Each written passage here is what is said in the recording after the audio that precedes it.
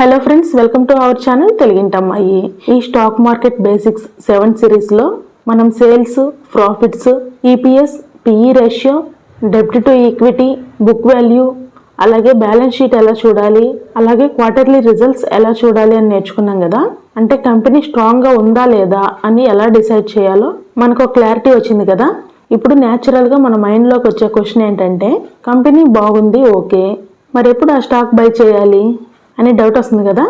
ఈ వీడియోలో ట్రేడింగ్ కాదు, టిప్స్ కాదు, అలాగే షార్ట్ కట్స్ కాదండి, లాంగ్ టర్మ్ ఇన్వెస్టింగ్లో స్టాక్ ఎప్పుడు బై చేయాలి అని సింపుల్గా చెప్తానండి. వీడియో స్కిప్ చేయకుండా చూడండి. స్టాక్ బై చేయాలి అంటే ఫస్ట్ అనాలిసిస్ కంప్లీట్ అవ్వాలండి.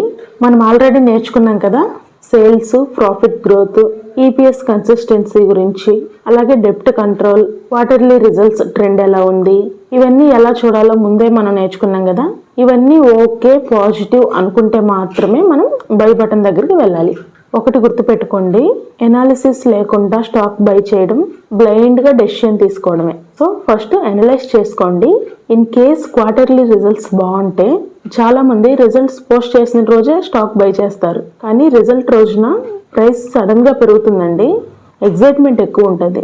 ఈ టైంలో స్టాక్ బై చేసాము అంటే హై ప్రైస్లో ఎంట్రీ తీసుకున్నట్లే. కరెక్ట్ అప్రోచ్ ఏంటి అంటే రిజల్ట్స్ తర్వాత వెయిట్ చేయాలి.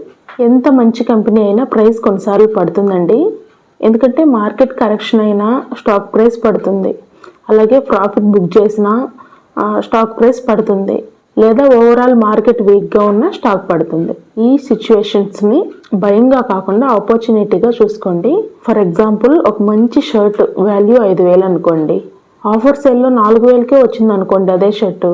ఇక్కడ షర్ట్ క్వాలిటీ చేంజ్ అవ్వలేదు, షర్ట్ ప్రైస్ మాత్రమే చేంజ్ అయింది, ఆఫర్ సేల్లో తక్కువకి వచ్చింది. అలాగే స్టాక్ కూడా అంతే, కొంచెం కరెక్షన్లో ఉన్నప్పుడు తక్కువ కాస్ట్గా తక్కువ ప్రైస్కే మనకు వస్తుంది అనమాట. మనం తక్కువ ప్రైస్కే బై చేయొచ్చు. ఎప్పుడు స్టాక్ పెరుగుతున్నప్పుడు బై చేయకూడదండి, స్టాక్ పడుతున్నప్పుడు మాత్రమే ఏదైనా స్టాక్ని మనం బై చేయాలి.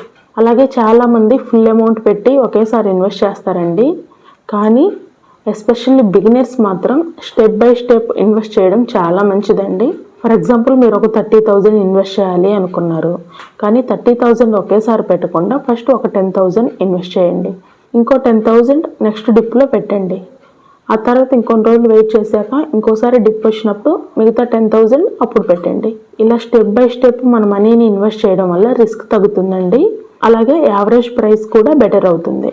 కంపెనీ బాగున్నా మార్కెట్ మొత్తం పడింది అంటే మన స్టాక్ కూడా పడుతుందండి. మార్కెట్ ఫాల్ అయితే ఆ టైంలో ఎవరు భయపడద్దండి, స్లోగా అక్యుములేట్ చేయండి. లాంగ్ టర్మ్ ఇన్వెస్టర్కి మార్కెట్ ఫాల్ అనేది మంచి ఆఫర్ సేల్ లాంటిదండి, అది గుర్తుపెట్టుకోండి. అలాగే ఇంకో వెరీ ఇంపార్టెంట్ పాయింట్ అండి, అదేంటంటే ఏదైనా ఒక స్టాక్ గురించి సడన్గా న్యూస్లో, టెలిగ్రామ్లో, యూట్యూబ్లో అందరూ మాట్లాడుతున్నారనుకోండి, అంటే ఆ స్టాక్ హైప్ ఫేజ్లో ఉన్నట్టు మీనింగ్ అనమాట. బాగా హైప్ చేశారు ఆ స్టాక్ని. దాని గురించి ఒక చిన్న ఎగ్జాంపుల్ చెప్తానండి. ఒక కంపెనీ క్వార్టర్లీ రిజల్ట్స్ బాగున్నాయి అనుకోండి, సేల్స్, ప్రాఫిట్స్ అన్నీ పాజిటివ్గా ఉన్నాయి. రిజల్ట్స్ వచ్చిన కాడి నుంచి డైలీ న్యూస్లో హెడ్లైన్స్ వస్తున్నాయి, ఏమని, కంపెనీకి రికార్డ్ లెవెల్లో ప్రాఫిట్స్ వచ్చాయని, నెక్స్ట్ మల్టీ బ్యాగర్ అని, ఇలాంటి హెడ్లైన్స్ అయితే వస్తుంటాయి. ఇలాంటి న్యూస్ చూశాక రీటైల్ ఇన్వెస్టర్ ఏం చేస్తాడంటే ఎలాగైనా సరే ఆ స్టాక్ను కొనాలి అనుకుంటాడు.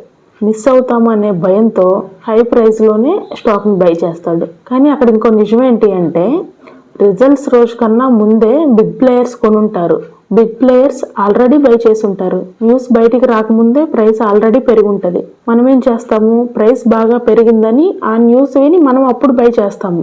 కరెక్ట్గా అదే టైంలో బిగ్ ప్లేయర్స్ ఎవరైతే ఉన్నారో వాళ్ళు ప్రాఫిట్ బుక్ చేస్తారు.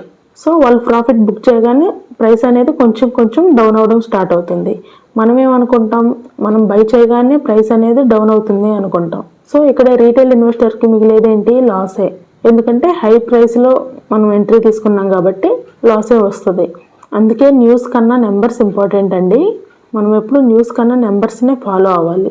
మరి బెస్ట్ బయింగ్కి బెస్ట్ టైం ఏంటి అంటే ఏదైతే వచ్చిన న్యూస్ ఉందో ఆ న్యూస్ సైలెంట్ అవ్వాలి, ప్రైస్ కరెక్ట్ అవ్వాలి. హైప్లో కాదండి, కరెక్షన్లో స్టాక్ బై చేయడం లాంగ్ టర్మ్ ఇన్వెస్టర్కి సేఫ్. ఫైనల్గా స్టాక్ బై చేసే ముందు మీరు చెక్ చేసుకోవాల్సిన పాయింట్స్ ఏంటంటే, ఫస్ట్ ఆ కంపెనీ ఫండమెంటల్లీ స్ట్రాంగ్గా ఉందా, సెకండ్ రిజల్ట్స్ కన్సిస్టెన్సీగా ఉన్నాయా? థర్డ్ పాయింట్ వచ్చేసి ప్రైస్ కరెక్షన్లో ఉందా? ఫోర్త్ వన్, మార్కెట్ హైప్లో లేకుండా ఉండాలి. రీసెంట్గా చూడండి, యుఎస్ ఇండియా ట్రేడ్ డీల్ కుదిరింది అనగానే ఆల్మోస్ట్ అన్ని స్టాక్లు పెరిగాయి. సో అలాంటి సిచ్యువేషన్స్లో వెయిట్ చేసి స్టాక్ కరెక్ట్ అయిందా లేదని చూసుకోండి. అలాగే ఫిఫ్త్ వన్ అండి, ద మోస్ట్ ఇంపార్టెంట్ పాయింట్ అండి ఇది. ఒక స్టాక్ బై చేసేటప్పుడు మనం స్టాక్ బై చేసి లాంగ్ టర్మ్ హోల్డ్ చేయడానికి రెడీగా ఉన్నామా లేదా? ఇది చాలా ఇంపార్టెంట్ అండి. మనం స్టాక్ బై చేసాక స్టాక్ ప్రైస్ పడింది అనుకోండి, టెన్షన్ పడి భయపడి కంగారుతో ఫియర్ సేల్ చేసేస్తారు చాలామంది. సో ఈ 5 పాయింట్స్ మీకు ఓకే అనిపిస్తే అప్పుడు స్టాక్ని బై చేయండి. స్టాక్ మార్కెట్లో సక్సెస్ అంటే ఫాస్ట్గా బయింగ్ కాదండి, రైట్ టైంలో బై చేయాలి. ఎనాలిసిస్ నేర్చుకున్నాము, ఇప్పుడు దానికన్నా ఇంపార్టెంట్ పేషెన్స్ నేర్చుకోవాలండి. సో ఇదండి ఈరోజు వీడియో. నెక్స్ట్ వీడియోలో స్టాక్ ఎప్పుడు సేల్ చేయాలి అని ఎక్స్ప్లెయిన్ చేస్తాను. ఈ సిరీస్ యూస్ఫుల్ అనిపిస్తే వీడియో లైక్ చేయండి, ఛానల్ని సబ్స్క్రైబ్ చేసుకోండి. అలాగే మీ ఒపీనియన్ ఏంటో కామెంట్ రూపంలో తెలపండి. నెక్స్ట్ వీడియో మిస్ అవ్వకండి.